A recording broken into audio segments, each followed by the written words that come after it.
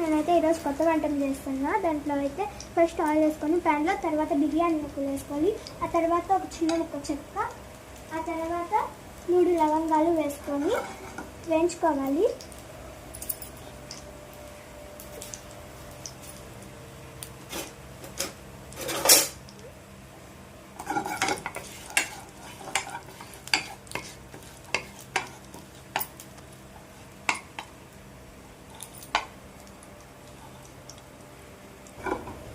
వీటిని బాగా వేపుకున్న తర్వాత మనం ఆనియన్స్ అయితే వేసుకుందాము.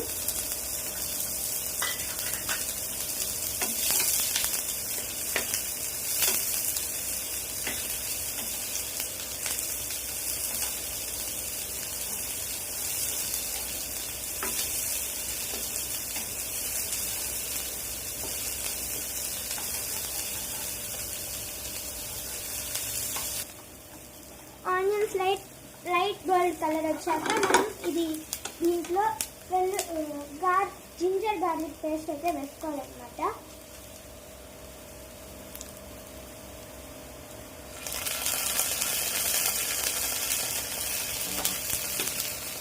ఆ తర్వాత దీన్ని మిక్స్ చేయాలి.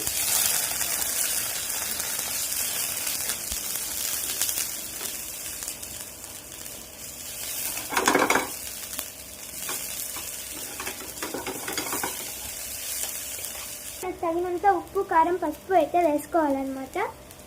నేనైతే అన్నీ మిక్స్ చేసేసుకున్నాను.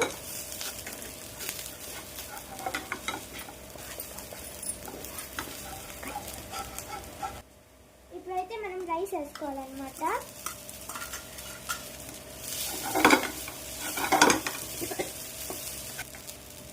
దీన్ని ఇలా బాగా కలుపుకొని కొద్దిసేపు ఫ్రై చేయాలి. మనకి ఎంత కావాలో అంత అన్నం వేసుకోవాలన్నమాట.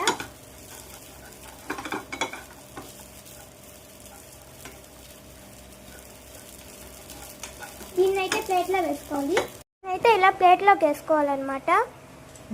దీంట్లో కొద్దిగా ఆయిల్ వేసుకొని తర్వాత గుడ్డు వేసుకోవాలన్నమాట. ఇదైతే మీకు ఎన్ని కావాలంటే అన్ని గుడ్లు వేసుకొని ఉట్టిగా వేసుకోవాలన్నమాట. దీంట్లో ఏం వేసుకోకూడదు.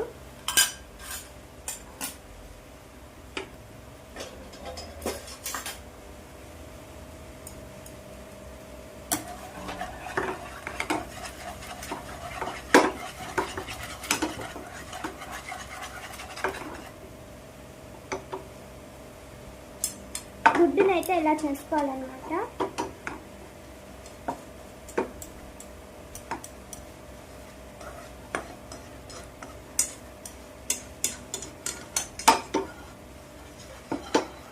నేను ఒకలా అనుకుంటే ఇది ఒకలాగా వచ్చింది, అయినా కూడా మనం చేసేస్తామన్నమాట. ఇప్పుడు దీంట్లోకి అయితే ఈ రైస్ వేసుకున్నాం. ఇదైతే నేను ఏదో చేద్దాం అనుకున్నా, కానీ ఇది ఎగ్ రైస్ అయిపోయింది. సో కొంచెంసేపు వేసుకున్న తర్వాత మన ఎగ్ రైస్ అయితే రెడీ అయిపోతుంది అన్నమాట.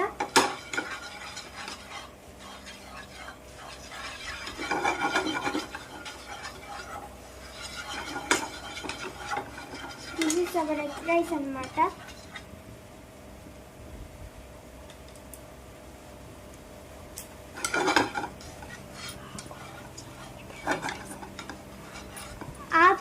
బిర్యానీ ఆకులు నాకు నచ్చవు కాబట్టి తీసి పక్కన వేసేసాను. అది ఫ్లేవర్ కోసం వేసాను అనమాట. ఇదైతే టేస్ట్ చూసుకొని వేసుకోండి ఉప్పు, కారం.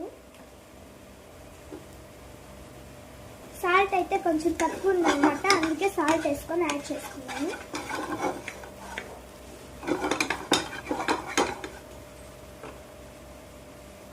కొంచెం కారం తక్కువైంది కాబట్టి కొంచెం కారం వేసుకున్నాను. ఇప్పుడు దీన్ని అయితే మిక్స్ చేసుకున్నాను. మన ఎగ్ రైస్ రెడీ. సో ఇప్పుడైతే మనం ప్లేట్లోకి సర్వ్ చేసుకున్నాం. ప్లేట్లోకి సర్వ్ చేసుకోవాలి.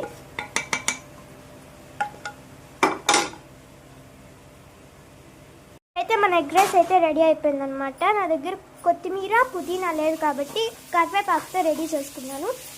ఆనియన్స్తో అయితే డెకరేట్ చేశాను, ఒక నిమ్మకాయ పెట్టి. This is the egg rice. అయితే నేను దీన్ని టేస్ట్ చేయబోతున్నా. టేస్ట్ అయితే చాలా బాగుందన్నమాట.